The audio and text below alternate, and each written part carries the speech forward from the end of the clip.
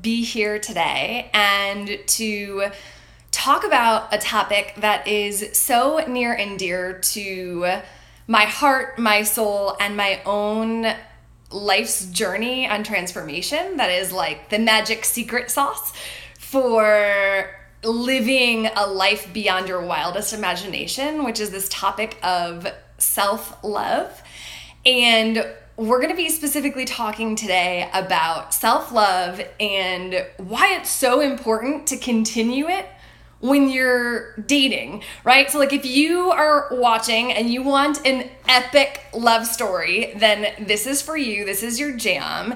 And the first question I always like to address when I am speaking to an audience of people is why listen to me? So, what do I know about self-love? Well, first of all, I am the author of Epic Sexy You, written by Morgan Field. It's a Amazon number one best-selling book. It has won many, many awards, and it's really a book about getting to know yourself and a book about really learning how to love yourself and how to create your heaven on earth, right? So one of the things, and also I work with women one-on-one. I work with them at retreats. So I travel the world and do these really cool retreats where it's all about really getting to know yourself and creating a life beyond your wildest imagination. I have an online member site.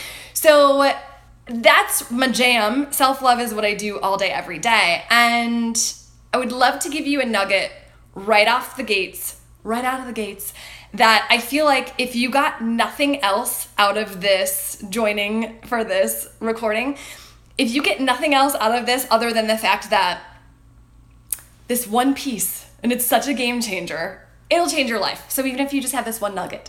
So the very first thing I'd like to address is something that I see with every client I've ever worked with, every person I've ever come across, and myself included, which is this shift where you are responsible for feeling loved, even when you're in a relationship. You are responsible for feeling desired, even when you're in a relationship.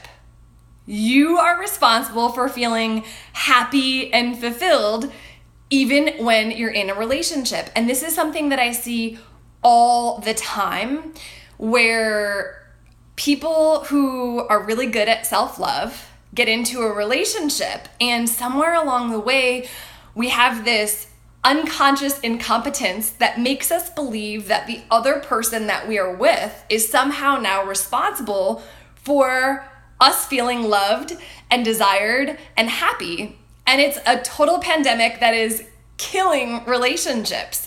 And I see it on both sides of the coin. I see men doing it and I see women doing it. I work with women, so I'm more intimate on that divine feminine energy and how we show up with this expectation of other people being responsible for how we feel.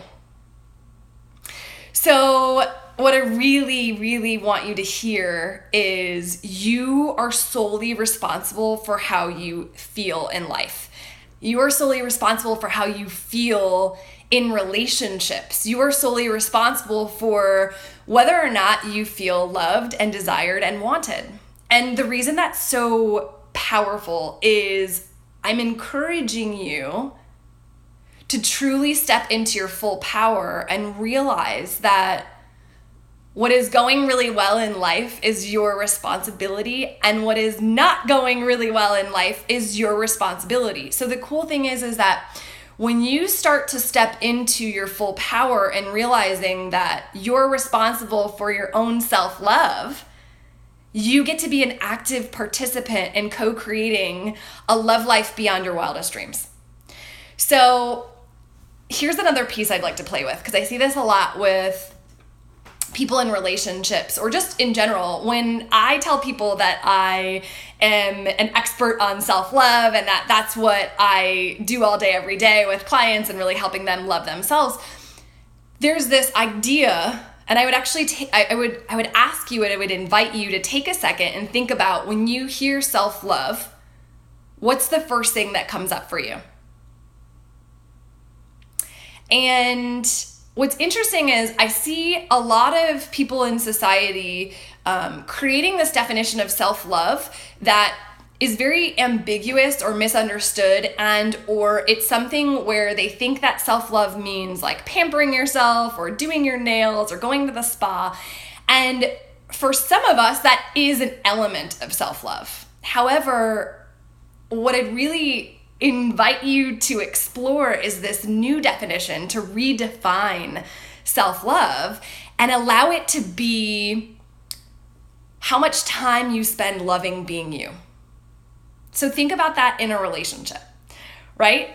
If we're responsible for how we feel, even when we're co-creating a thriving relationship with someone else, then what if self-love, and you brought this into your relationships, what if self-love meant the amount of time you love being you, even in relation with that person?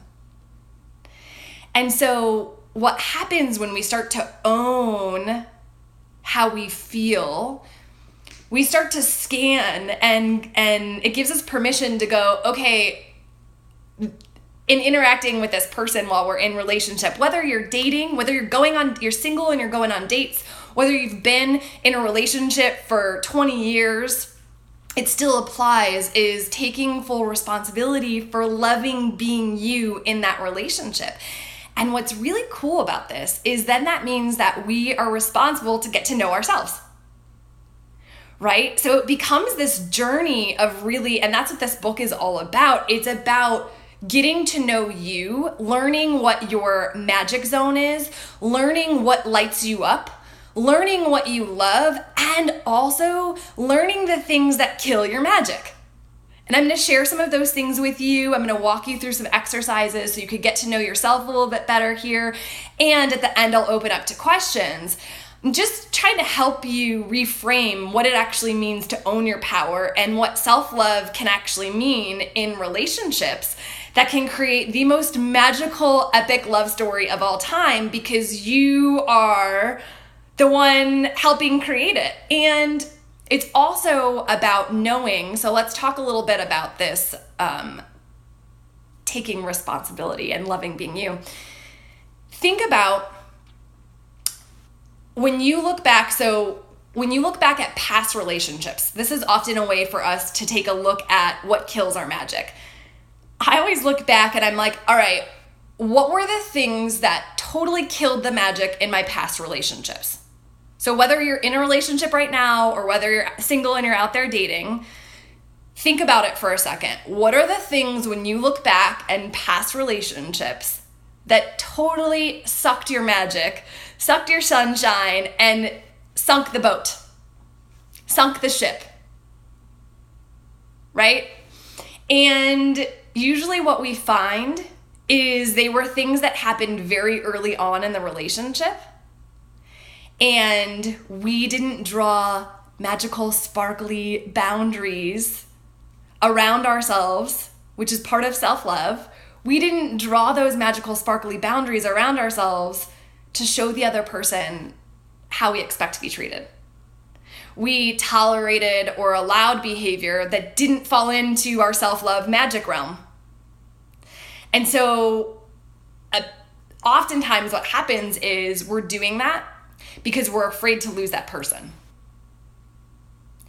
And the question I would have for you is, how might relationships be different if you were more afraid to lose yourself than you were afraid to lose someone else? And that's the power of anchoring yourself and rooting yourself in self-love, is you have an opportunity to really make sure that you are fulfilled, make sure that you are radiating at the highest vibration of love, and that you're inviting people in to come play with you who actually want to play at that level. And so when we give ourselves permission to stop and really ask ourselves, what do I want? That's so much a part of the self-love journey. So if your old definition of self-love was an action that you had to do to show yourself that you love yourself, then you may not even realize that there's this whole other layer of self-love that comes with people follow your lead. They will treat you the way that you treat you, and they will treat you the way you allow them to treat you, right? And so how cool is it then if you're like, oh, well, so stop and ask yourself, how do I want to be treated by the person that I create my epic love story with? How do I want to feel when I'm in their presence? What really lights me up? I call it the happiness highway. What are all of the ways that you can create happy in your own life? And making sure that when you're single, you're doing these things, and when you get into relationship, that you continue these things. It is our responsibility to love on ourselves and show others how we expect to be treated, the standard of which the love we have for ourselves is the bar that we set. It's the standard that we set for someone else to love on us. How cool is that, right? So instead of waiting for someone else to show you what they're willing to bring to the table, what if we have this opportunity to show ourselves, show them first, and lead it first, lead it and be it? And so this is what I'm really encouraging you today to think about is, what is it that lights you up? What are the things that you love doing? When do you most love being you? When are the moments? What are the things that you're doing? Who are the people that you're around that allow you to most love being you? And it is your responsibility, it is our responsibility as our individual self to make sure that we continue those things. So stop and think about, I always look at it like, what kills magic, right? And usually the words that come up that I hear and that I see in the energetic vibrations are things like, what are you tolerating? And what are things you might be settling on? So taking a second to think about in your own life, what is it that you might be tolerating that is below the standard of which you want to experience and feel in life? And I really, really encourage you in every moment of your relationship to stop and ask yourself, whether you're single, whether you're dating, whether you're in a relationship for a long time, to stop and ask yourself, what's my standard?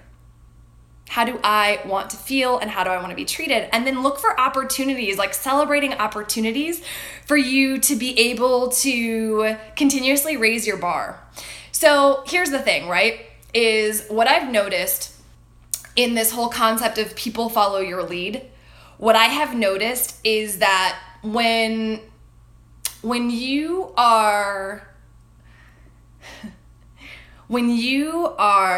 allowing other people to put themselves above you, whether it's we all know when we're doing it, so stop and take a moment to think about how you might actually be caretaking someone else's feelings above your own. And when you are doing that, you're actually teaching other people that they come first. And oftentimes what happens is we create these patterns in relationship where I call it the mother avatar. We all, as women, we have all these different divine avatars, and we have some that are high vibration and we have some that are low vibration. And our higher vibration that are really great at self-love are ones like the goddess and, the love goddess. She's like amazing at self-love. And then we've got the mother avatar. And the mother avatar wants to caretake our lover's feelings. And all that does is breed resentment. It breeds resentment, and it actually kills the polarity of sexual attraction with our partner. And so we lose respect for ourselves when we are not on our own priority list. And our partner loses respect for us as well. And we create this very offset relationship balance to the point where usually years into a relationship, when we're finally just past that point of no return and the relationship is ending, oftentimes our partner is kind of confused. They don't understand why we're leaving the relationship when this was what we created from the beginning. So when we take time to think about what actually will allow us to create magic for ourselves in relationship and with others, it totally changes the whole ballgame. So things like, I would really, like in self-love can also mean, if you think about it, dating you. Even when you're in a relationship. So it's things like continuing going on lady dates with your girlfriends because that's what lights you up, right? It's continuing to do the hobbies you love doing. And, you know, I still take myself out to nice dinners by myself. I'll grab a book and I'll go out to dinner and I'll just treat myself to a dinner. Or I might even go to a movie by myself. And that's, for me, these are things I love doing. I also really enjoy being by myself. And I've done a lot of work, which I talk about in the book. There are all these different ways that you can really get to know who you are and what you want so that you can have the best relationship with yourself. Because think about it. You can't love someone you don't know, right? We cannot love someone we don't know. So if you don't know who you are, then how can you love you?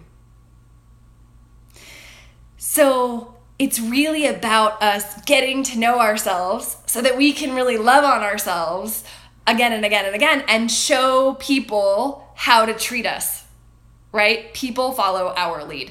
So there is this thing that happens in romantic relationships where, and I've talked about it a little bit already, it's this piece where it's the blame game. It is, if we feel really crappy or we don't feel loved, it's so much easier to blame it on our partner, right? It's so much easier if it's our partner's fault that we don't feel great. And no one can make you feel a certain way, that no one can make you feel less than, no one can make you feel bad unless you allow them to. And that means you become a co-creator. It's taking responsibility, which is owning your power, for being a co-creator and an active participant of feeling crappy, right? So I always say, if it feels shitty, do less of it. And if it feels really great, do more of it.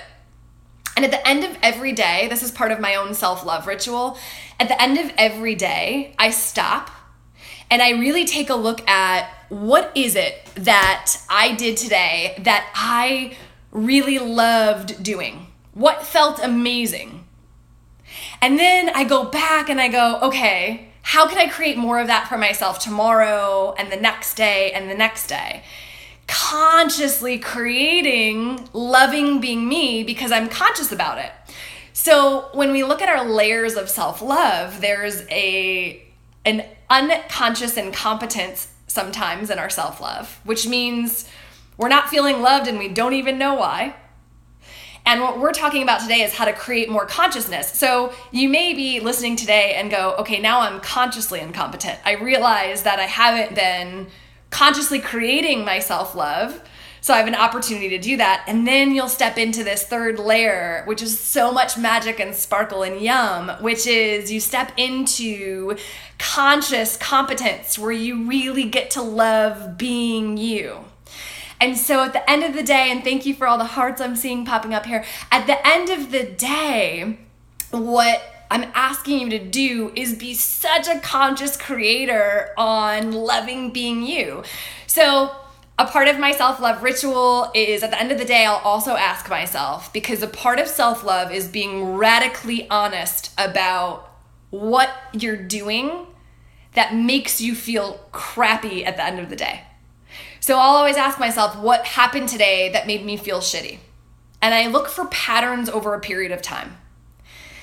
Sometimes what we notice is that there are certain people in our lives, and sometimes it's even people that we're in relationships with, who over a period of time we realize there's a pattern that when we're around these people, we don't actually love being ourselves. And so part of self-love is having the courage and the bravery and the vulnerability and the rawness to be radically honest with yourself about who you enjoy being around, who are the people that when you're around those people, you feel even more powerful, even more magic, even more love. And then consciously choosing to spend more time with those people, right? And so what does this have to do with dating? It has everything to do with dating, right? Because if you think about it, if we decide that we want to feel, personally, I always want to feel adventurous. I want to feel fun. I am a total joy factory. I am an absolute, just divine, majestic goddess and being. So I want to be around people who are living life at that caliber, and also who encourage and inspire me to live that as well. And that means that when I'm going on dates, I'm looking for that. I'm looking for people who are playing life at the level that I am, because that's part of my self-love responsibility. It means that I'm choosing people who I love being me around. And I will tell you, part of radical honesty, with a thumbs up down there, hi, Joe KK 101, is there's this piece around, I just left a relationship that I was in for 3 years with someone who I loved and adored. And what I realized as I became, those 3 layers of self-love consciousness, like unconsciously incompetent self-love, and then consciously incompetent self-love, and then consciously competent. What happened is at the beginning of our relationship, I wasn't super conscious around all of what I know now, around really drawing these magical, sparkly boundaries that kept me in my self-love lane. And so what happened was I realized that 3 years in, I wasn't being treated the way that I desired and deserved as a goddess to be treated. And so I knew that if I stayed in that relationship, that I would actually not respect myself. And I was very honest with him about it. We've been friends for a very, very long time.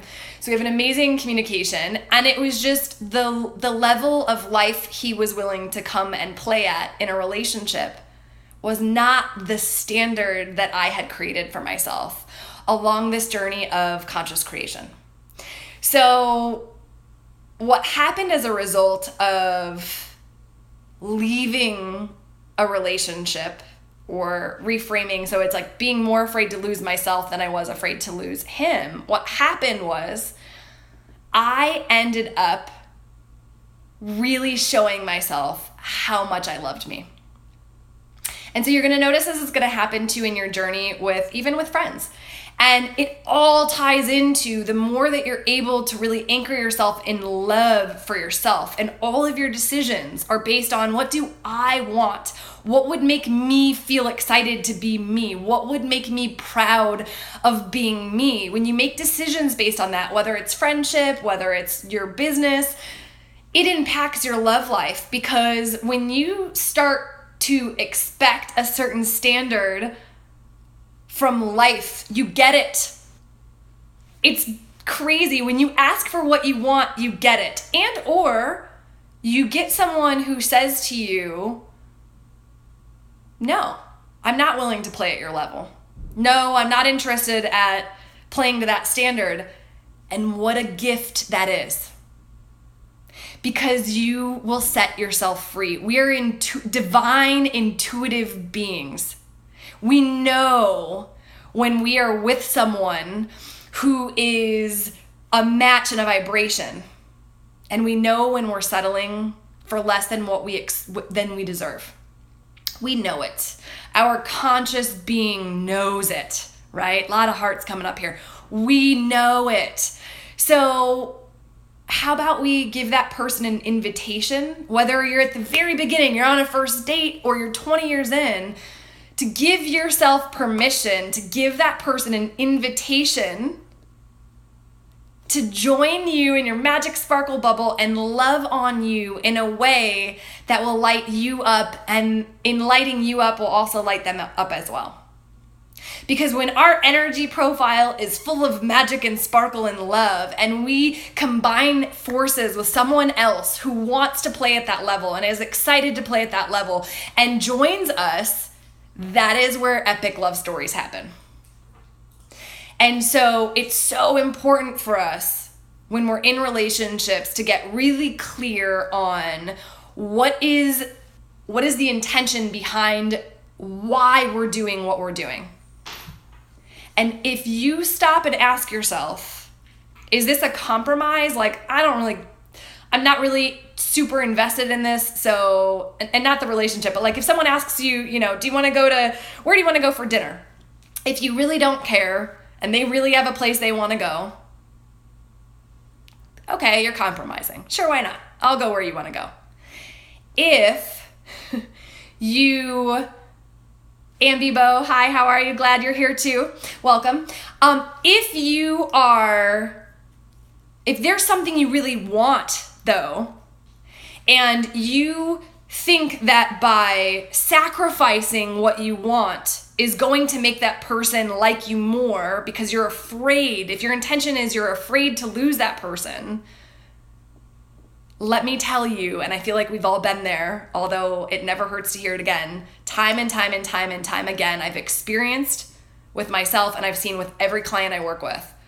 When we sacrifice our own soul's fulfillment to please someone else, you lose them anyways. Spoiler alert, you lose them anyways. Because you lose yourself. It is so important that you anchor yourself in to not losing yourself. And that is the magic and divinity of self-love, right?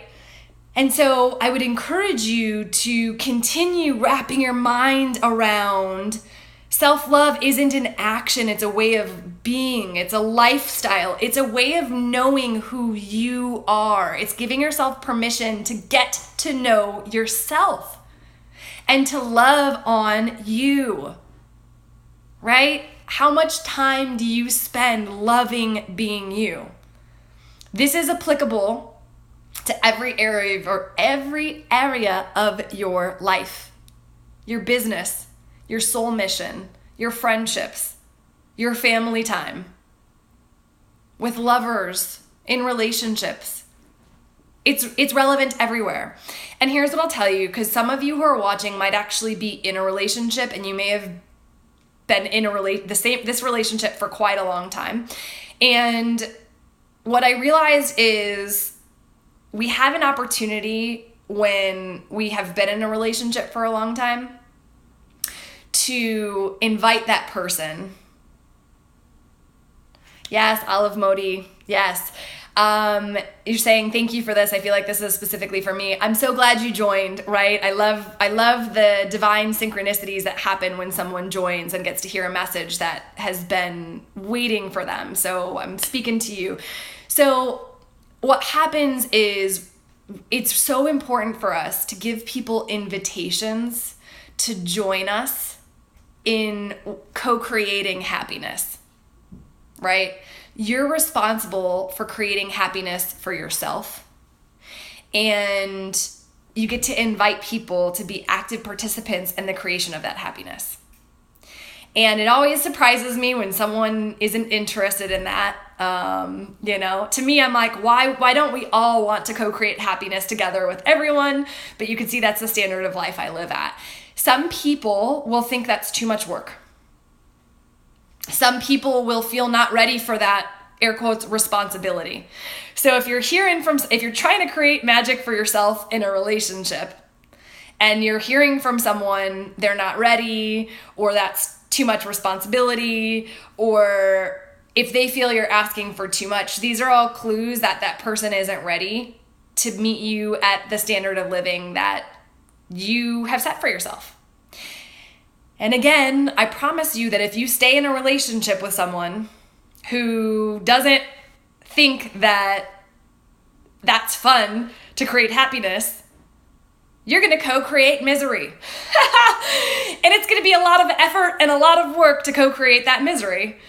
So what if you gave yourself permission to stay anchored in it, in your own self-love? So here's the other piece of that, is knowing sometimes someone doesn't actually think you're serious. Like, think about a child. I always hang out with my 5-year-old nephew.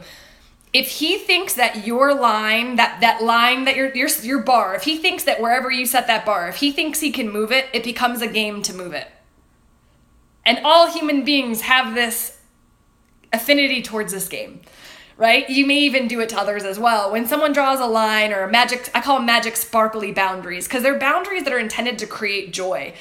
So when you set that bar, just know that if you've known this person for a long time and they're used to you saying that this is my boundary, and you don't honor it, right? I've been so guilty of this in my life in the past.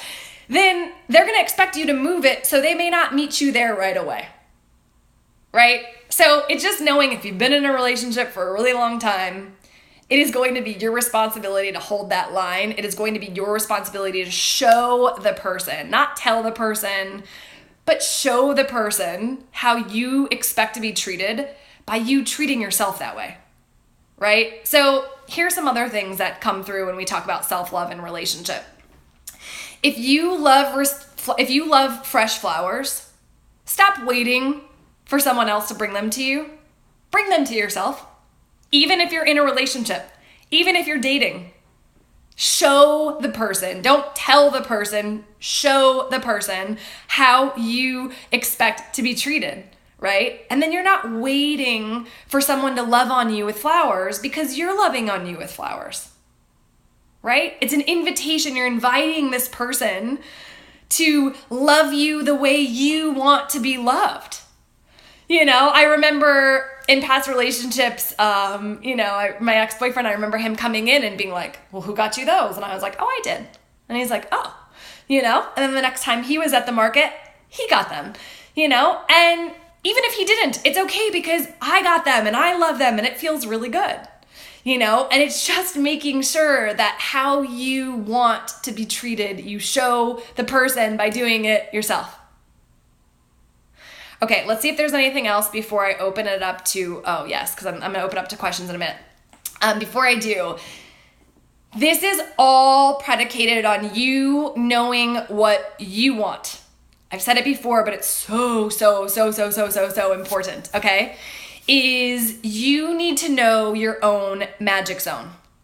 You need to really, all day, every day, I talk about this in the book. There are a ton of exercises to get to know yourself and know what you love, right? So it's like, this book is so chock full of ways to love on yourself and all different games and exercises. And I'm a life coach. I'm an intuitive life coach. So it's all these different ways to create new neural pathways that will allow you to love being you even more. So a piece of this is really knowing who you are, what you want. So all day, every day, how could I make my day even more magic today? What could I do to show myself that I love being me? What could I do in this moment that would make me loving being me even more, right? So always consciously, these 3 layers of self-love, it's bringing this new consciousness into your self-love arena about really giving yourself permission to create your day, to be the creator of your day, and love being you. Stop waiting for someone else to make you feel loved, and stop blaming other people for why you don't feel enough. You are an adult now, right? Like, when I was a child, I did not feel loved because of the environment that I grew up in, and a lot of the misinterpretations that my small inner child mind didn't understand. That's all of us. We grow up and there are things that we learned. There are stories that we have that make us feel like we're not enough and that we're not lovable. And the thing is that our inner child doesn't understand why we weren't shown love by certain people. Now you're an adult. And as an adult now, it is your responsibility to create that love for yourself. I'm going to repeat that. It is now your responsibility to create that love for yourself. It no longer matters what happened in your childhood in terms of what made you not feel enough and what made you feel lovable. Stop blaming, because blaming just takes away your power. When you blame, you hand your power to someone else. And if you want to create an epic love story, then you got to stay anchored in the belief that you are the master creator of love for yourself. And oh my gosh, when you start using this in relationships, you are going to show other people what is possible. And I don't know about you, but I do not believe in mediocrity. Settling is not my jam, right? I do not want a good relationship. I want a fucking epic and amazing love story. I want to create the most amazing love story of all time for myself and for whoever is brave enough to step into the arena of love with me. And in order to do that, what that is going to require is that I am the pioneer that shows that person how to love me and how to create that love with me, to co-create it. And in return, we get to ask the other person, what lights you up? Right? So asking them also, as you're asking yourself, what do I want? What lights me up? Ask your partner. I see this a lot in relationships when I do relationship coaching, love coaching, is a lot of people ask me, what is it that you think that is going to make this person happy? And I'm always like, ooh, I know one person who can answer that with a really great answer. Who do you think that might be? And we start to laugh because they know that the person who can answer what's going to make them happy is the other person. So we just need to ask. And so when we practice on ourselves first, we realize it's not that scary to ask the other person. We don't have to read people's minds to know what is going to make them happy. We can actually ask them. And I would encourage you, when you're doing this for yourself, to also do this with others, to dig deeper and deeper and deeper. So I had someone ask me once, what really makes you feel loved? And I said, ooh, I love flowers. And they said, okay, so what's your favorite kind of flower? And I was like, ooh, okay, we're digging deeper. My favorite kind of flower are peonies. And then they said, what's your favorite color peonies? And I'm like, you're right, there are many. Light pink is my favorite. So I would encourage you to do the same thing with yourself and then share that. Part of self-love is sharing what makes you happy when you're dating, when you're in a relationship, helping the other person love on you with giving them, it's like giving them the love book, the love playbook, like here's what it is. And with the most specificity you can possibly conjure up, So you're setting each other up for success and then asking the other person. So oftentimes in relationships, what I see is we're too afraid to do our own self-love, right? And then we try to guess theirs. We're reading their mind. We want them to read our mind. We want them to tell us what makes us happy. We want to read their mind. And it just becomes this whole big thing that's more complex than it needs to be. Instead of us really digging deep down to the layers and asking, well, what do you like? And what do you like about that? And what is it specifically? And you start to really get to know each other's happiness highways. Right? And when I say highways, I just mean like all the different lanes, all the different ways that you can get to the same destination. Because there isn't just one thing that makes me happy, Like, yes, I love flowers and I love getting really dressed up and going out to dinner. I love that, And I love when the man drives. because it makes me feel like a lady. It provides me with feeling like a lady. I know these things because I've asked myself these things. And I'm giving you examples so you can do that for yourself. So if you're a man and you're watching, I would encourage you to think about what are the things that make you feel loved, make you feel respected and appreciated and admired. What are the things that really make you feel like a man? And for the women listening, I would really encourage you to think about, what is it that makes you feel like a woman? Makes you feel like a goddess, makes you feel cherished, makes you feel loved and adored, so that you can do those things for yourself and you can share those things with specificity with your partner so that they can join you. So that was actually one of the reasons I was finally able to leave the relationship that I was in. I always say, and I see this with every client I work with, we never regret giving everything we've got. We never regret trying everything. We'll not look back on our deathbed and go, I wish I hadn't tried, I wish I hadn't given it all I had.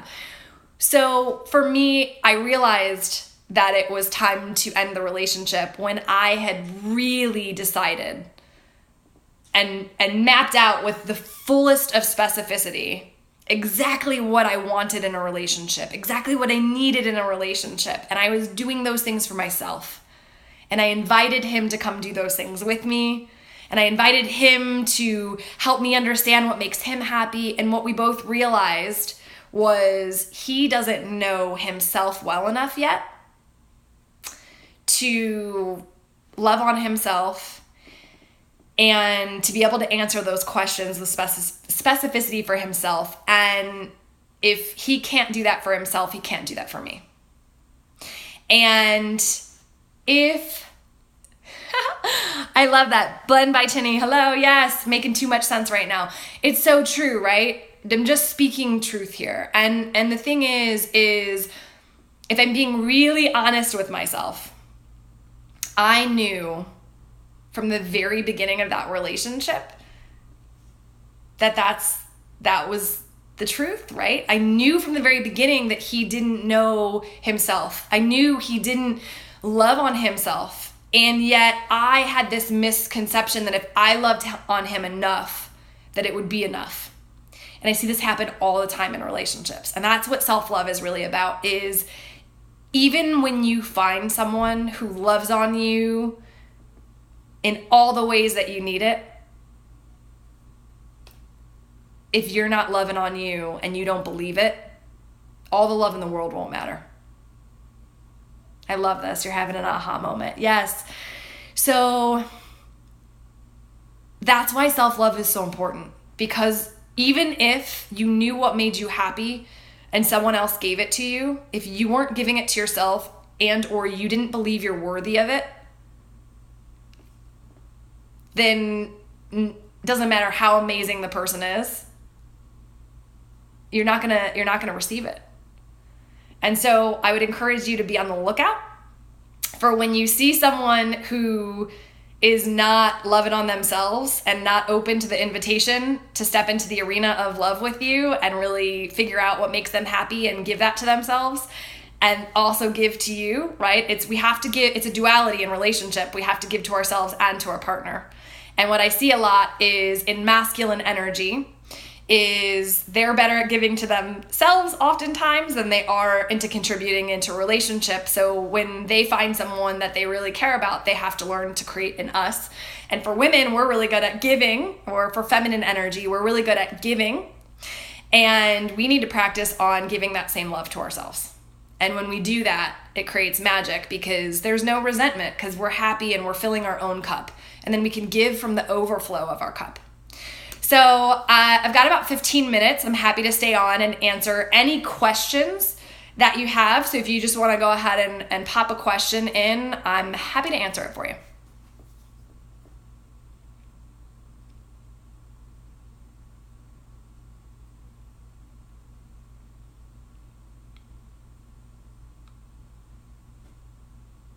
I'm loving all the love and the hearts. Thank you. Love right back at you.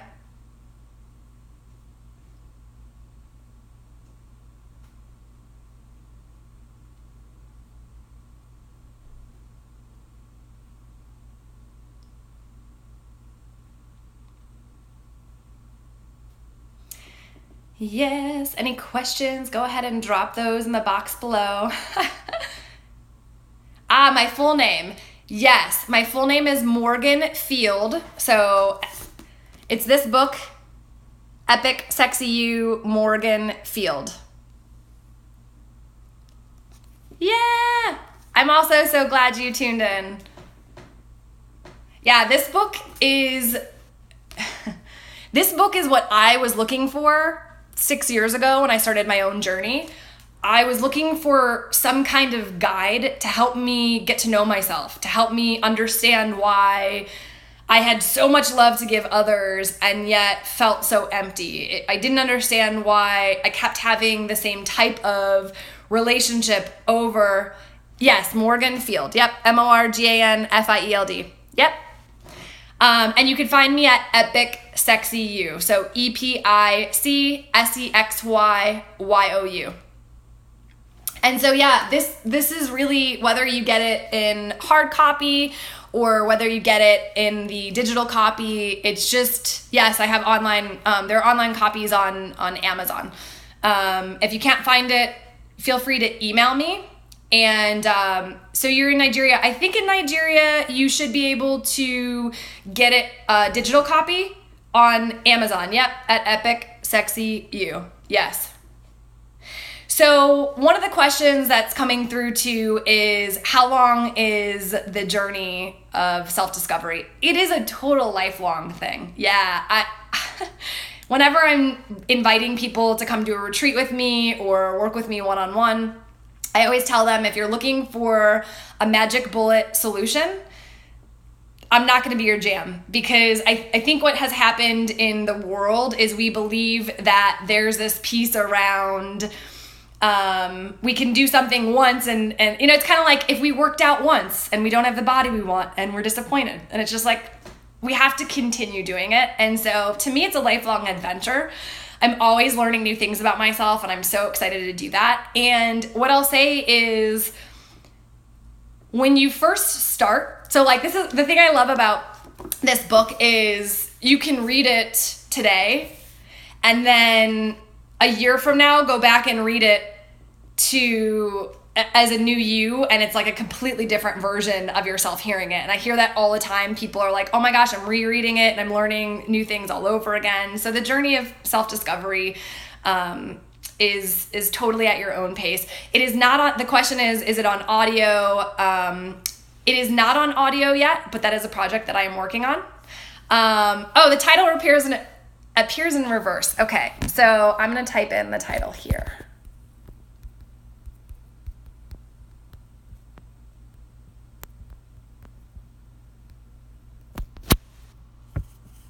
Okay, so I went ahead and put that in there. The comment will be coming from the Women International.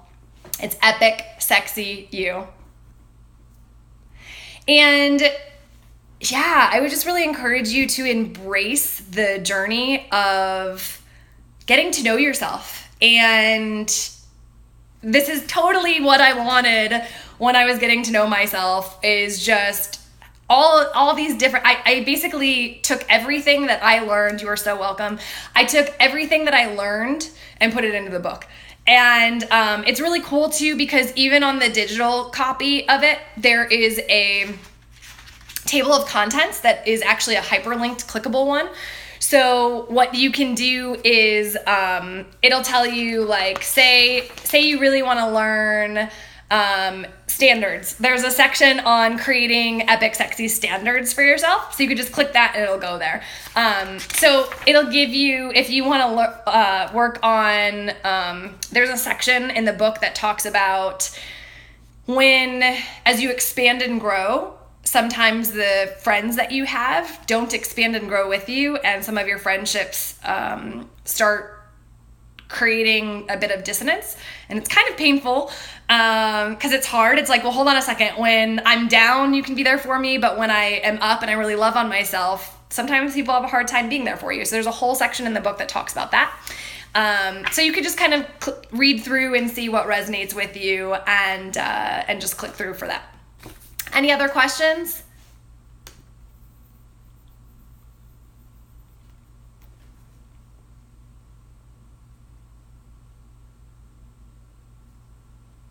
If you have any questions, just go ahead and type them below. Got about 10 more minutes left. Happy to stay on and answer any questions that you have. And if I missed your question, I'm sorry, it's scrolling fast, so if you could put it in again if I did not answer your question. Not ignoring you, it just goes fast. Oh, you are so welcome. Thank you. I don't know if I'm saying it right, but it's like Olive Modi. Yes, thank you. I appreciate it. I always find with these that whoever is meant to jump on is usually the recordings find them. So I'm very excited. Oh, thank you. You had a good time listening and watching. Thank you. I had a great time being here. This was absolutely wonderful. I love self-love. It's my favorite topic. Ooh, great question. So F201, you ask, what was the hardest part of your self-love journey? There were a couple hard pieces. I think one of the hardest parts, and it's a continual piece we always bump into, is the 3 layers that I talked about. There's the layer of unconscious incompetence, and then conscious incompetence, and then conscious competence. So the hardest layer for me is when I don't, so it's like ignorance is bliss. When you don't know that you're doing something that is causing you pain, you don't know. So it's like you're in pain, but you don't realize you're the one causing it. So it's a little less painful than when you step up into conscious incompetence. So when you start to realize, oh my gosh, I'm creating this pain, it's really frustrating because our neural pathways, the way I study the mind, I study the way that our brain functions and the old brain and the new brain. And it's very interesting because when we repeat a pattern that is getting in our way, after we realize that it's getting in our way, it's like you start to frustrate yourself. Because now you know, before you didn't even know that you were doing it, now you know that you're doing it and you continue to do it. And it's basically like touching a fire. Like, I know the fire burns. Why do I keep touching the fire? So that always is a humbling experience. And I find that some of the other hardest pieces of the self-love journey are having the courage to talk about, I left a relationship of someone I really, really loved and adored because I loved me more. So that was like a huge celebratory moment in my self-love journey. And also a very sad moment here was this person that I've loved more than I've loved anyone in my entire life. And they're one of my favorite souls. And yet I knew if I stayed that my own self-love would be depleted because I would be settling for less than what I wanted. So that was really hard. And then just some of the friends that we lose along the journey, that's painful, And so I had to really stay rooted and anchored in my own truth and in my own love for myself along my journey. That was really, really, really important. Sasha3312, you're asking, how do I work with that? What do you mean? If you could elaborate in the comments, that would be great, and I'm happy to answer that question. What are some other hard pieces of the self-love journey? It really is. It's the moments where you're going to get something, you have something really good, and it's like, well, do you want good or do you want epic and legendary? And that's hard. Because it's like, but this is really good. And there's fear. Like, what if I lose this? And so it's like, it's having the courage to go past that. F201, your question is, you spoke about the mother avatar in terms of love languages where your partner responds to acts of kindness. Won't that create some sort of conflict? That's a great question. It actually depends on your intention. So I do a lot of work with myself around asking myself, what's my intention behind doing something I'm going to do? So if my intention is to create love for both of us, of course, I'm not asking you not to love on someone, right? So The love goddess, as an example, she's gonna totally do acts of kindness because she's a love goddess, and she just oozes love, and she wants that person to feel ignited, and she feels loved herself. A mother avatar will do an act of kindness at the expense of herself. So think about like a bit of a martyr energy. So she will put everyone else above herself, and often isn't on her own, anywhere on her own radar. So really getting clear on what's your intention. Are you doing this because you just are oozing love and you feel loved and you want to share love? Or are you doing it because you're making sure everyone else is taken care of first? And a lot of time that's fear. It's a lot of fear on, it's like the disease to please. It's making sure everyone else is loved on. And it's also, a lot of times we do it, I call it the love hustle. We're doing it because we want people to love us and appreciate us. So I would check your intention. Okay, Sasha 3312, you're welcome, F squared. Okay. When you know you're playing with fire, but you keep on doing it. Well, here's what I find is, the more that we're conscious that we're doing it, it'll like boggle our mind and it starts shocking our system. So the more conscious you become of it, the more likely that you'll start to be aware of other options. What I would say for me really helped is, so on my journey, and I talk about this a little bit in the book as well. On my journey, when I first awakened to there had to be more to life than the way I was feeling, which was like I was exhausted all the time. I was putting everyone else above me. And I constantly was playing with fire. I was dating people I shouldn't be dating. And so what really helped me to stop doing it was I started talking about it to other people. I started telling other people. When we vocalize something, it really creates a new layer and level of accountability for us. So the really cool thing is that we start telling people, hey, I'm doing this. Like, and also, so I worked with a therapist. I worked with life coaches. I would work with people who I knew were really good at helping me understand why I was playing with the fire and giving me new tools and resources to stop playing with the fire. So in the book, I know it shows up backwards, but in the book, what I do is I actually help give you tools to understand why you're playing with the fire and new ways, new options. So I think oftentimes when we're stuck in life, it's because we feel like, so when I find myself with two options, I feel stuck. When I find myself with one option, I'm totally stuck, right?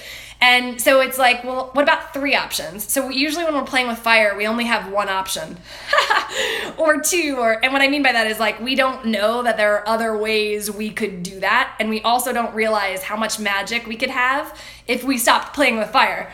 And life it's like, I learned to give myself permission to create challenge for myself in other areas of my life instead of in love. Like, I don't need to go after someone who's a challenge, because I always get burned. So instead, I'm like, how can I create challenge for myself in my business instead? So I'm always challenging myself because my soul needs that. However, I've learned not to do that in relationship. So you are most welcome. All right, so that's about it. The time is telling me I'm up on time. It was absolutely amazing being here with you. I am blessed to have shared this time with you. Thank you so much. Feel free to jump over to my Instagram at epicsexyu and follow me for some inspiration and love. And I'm excited for your self-love journeys. So have a wonderful day, and hopefully I'll see you guys soon. Bye.